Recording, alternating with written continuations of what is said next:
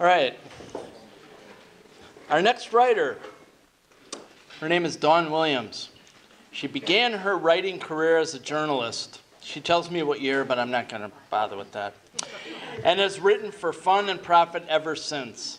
She worked in public relations, corporate communications, video production, freelance writing, and nonprofit public promotion before joining Senior News 50 and Better in 2006, where she now serves as associate publisher and staff writer. Branching out, she also provides blog content and social media management services for small businesses and perhaps authors, maybe, you never know. And soon will receive certification as a life coach and business trainer. Dawn lives with her partner, Jeff, the youngest of her 3 daughters, 2 dogs, 2 cats, a jungle of houseplants, and books on every conceivable subject lining shelves in every room of the house. Visit her brand new blog, just released this week, if I remember right, selfpoweredchange.com. Dawn, please come up.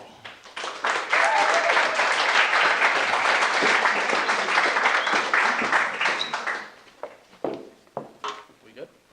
Perfect. All right, great. Thank you. I wrote this piece specifically in honor of the 5th anniversary of Waterline Writers. It's called The Mandate for New Beginnings in an Ever-Changing World. So there I sat, fingers on my keyboard, idle, staring at a blinking cursor on a blank page.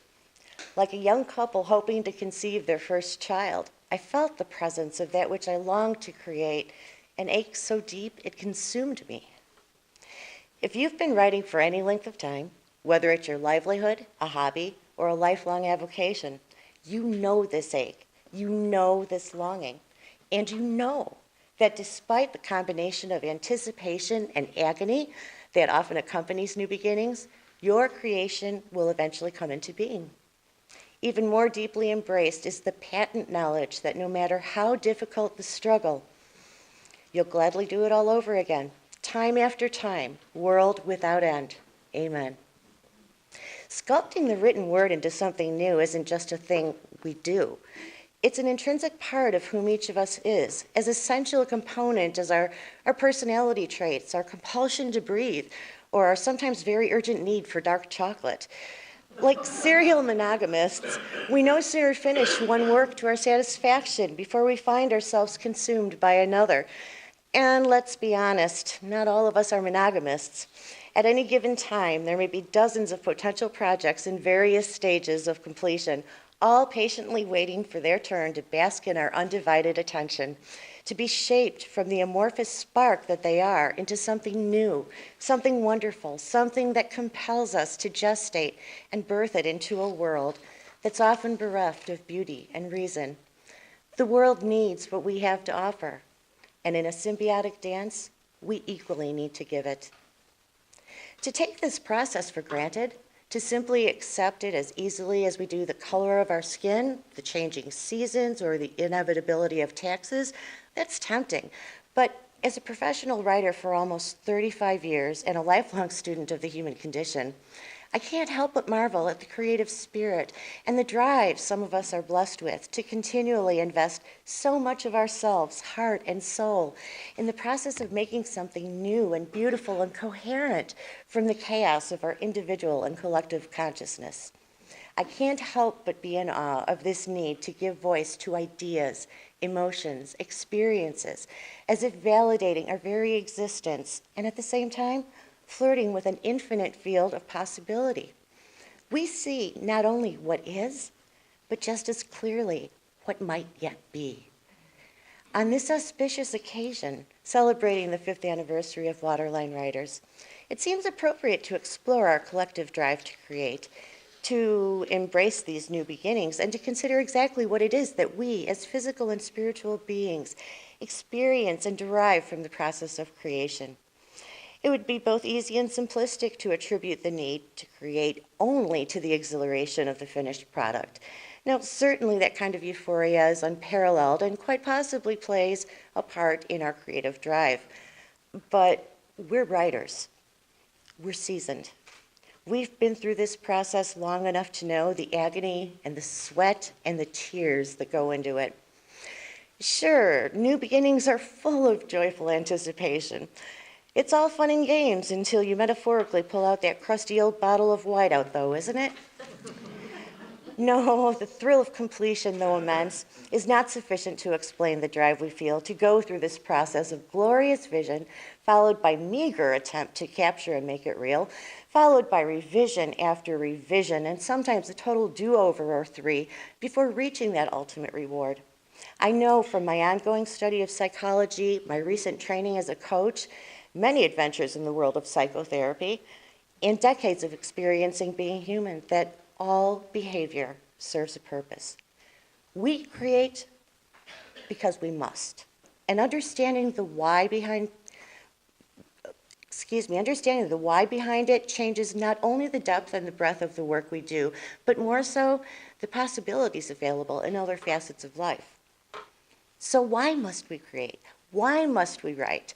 Or if your creativity takes another form, why must you paint pictures, sculpt images, design and build from any number of disparate materials? Why must you plant seeds in the spring, or combine colors and textures and turn an ordinary room into an oasis? Why must you turn notes in the key of D minor into something worthy of awe using an instrument or your voice? What compels us to undergo this process time and time again?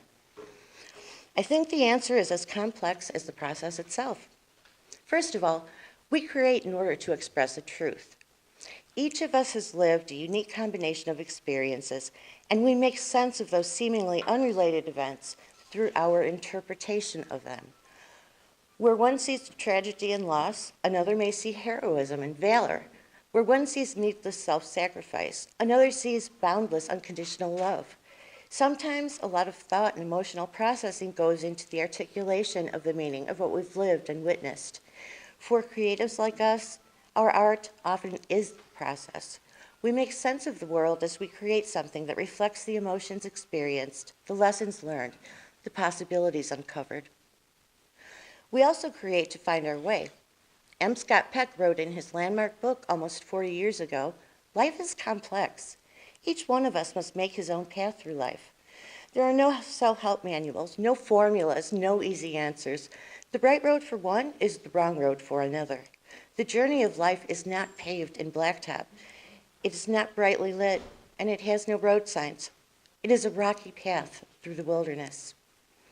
Although this quote applies to finding one's way in general, the act of creating gives us the framework for that path. We combine the creative person's intuitive ability to see from different perspectives, to ask, what if? To allow divergent possibilities to combine in a way that carves a path through the wilderness of the human experience.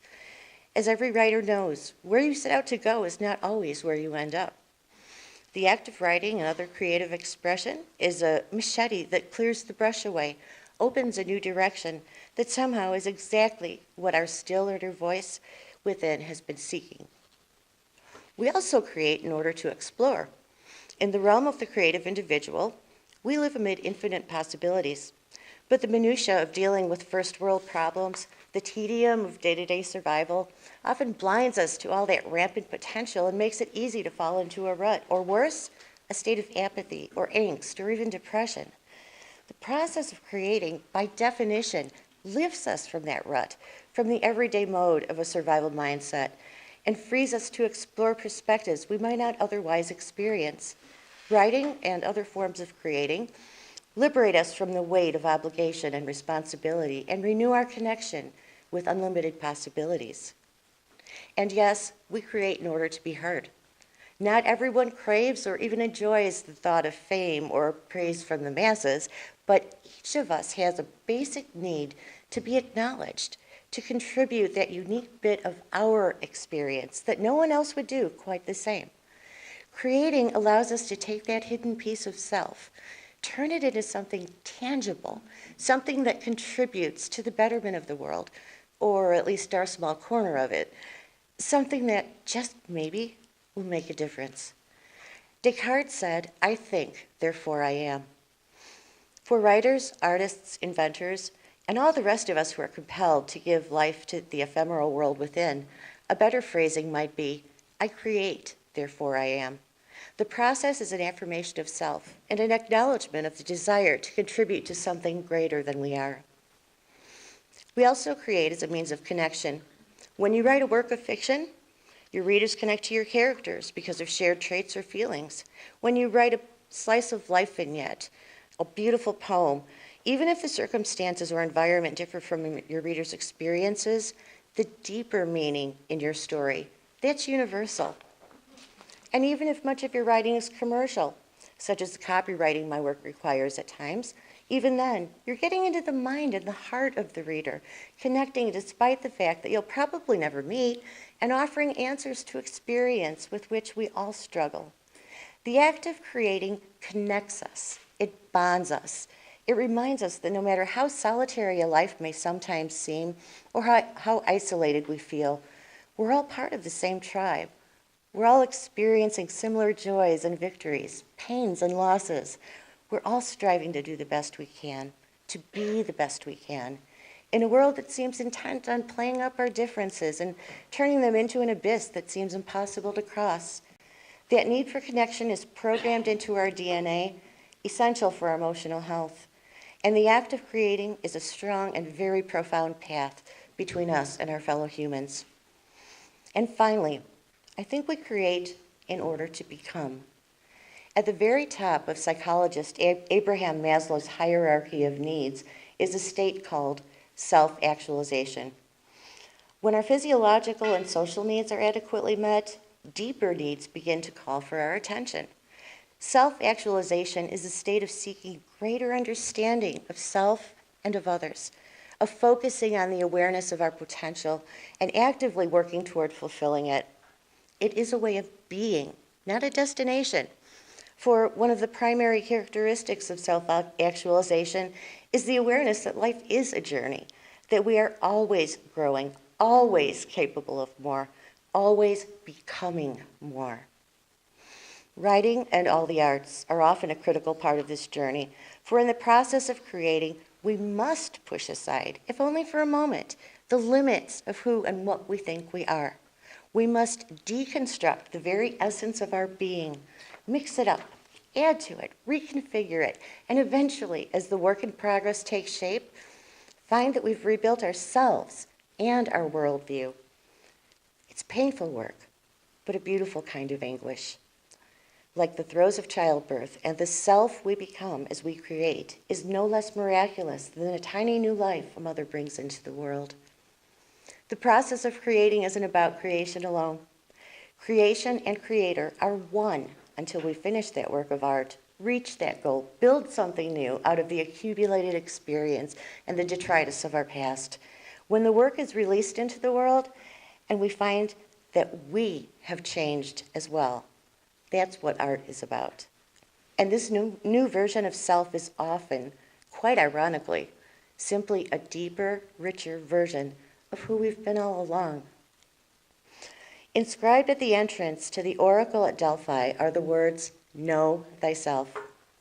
As writers and artists, as humans striving to be happy and to leave the world a little better than we found it, that mandate seems inexorably entwined in the creative process. We begin the journey with both excitement and with humility. We emerge with a clearer understanding of ourselves and of others, and with the sweet conviction that no matter how far we've come, we've only begun to scratch the surface of what we might yet be. The truth that writers discover again and again with each poem, essay, article, novel that we write, it's both freeing and terrifying.